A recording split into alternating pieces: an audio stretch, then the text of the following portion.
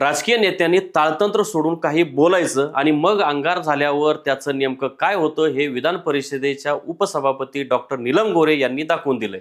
त्यांनी दिल्लीत केलेल्या वक्तव्यामुळं राजकीय वातावरण चांगलंच तापलंय. या पदावरील ज्या व्यक्ती असतात त्या निवडणुकीत निवडून येईपर्यंत त्या राजकीय पक्षाच्या असतात, परंतु एकदा निवड झाली आणि त्या पदावर गेले म्हणजे लोकसभा किंवा विधानसभेचे अध्यक्ष, विधान परिषदेचे सभापती, उपसभापती या पदासंदर्भात मी बोलतोय.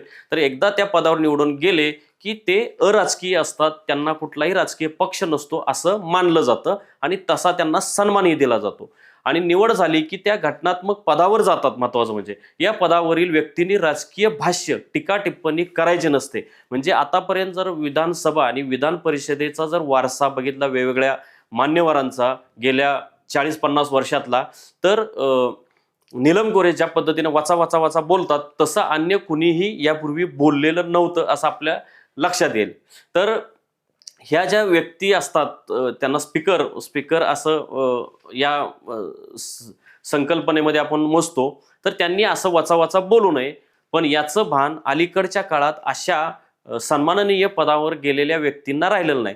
दुर्दैवाने डॉक्टर गोरे यांचा या सगळ्या म्हणजे वाईट गोष्टीमध्ये पहिला क्रमांक लागतो असं म्हणावं लागेल. गेल्या 40-50 वर्षात त्यांच्या इतकं कुणी असं या संवैधानिक पदाचं राजकारण किंवा त्याचं राजकीयकरण कुणी केलं नसेल इतकं नीलम गोऱ्हे यांनी केलेलं आहे.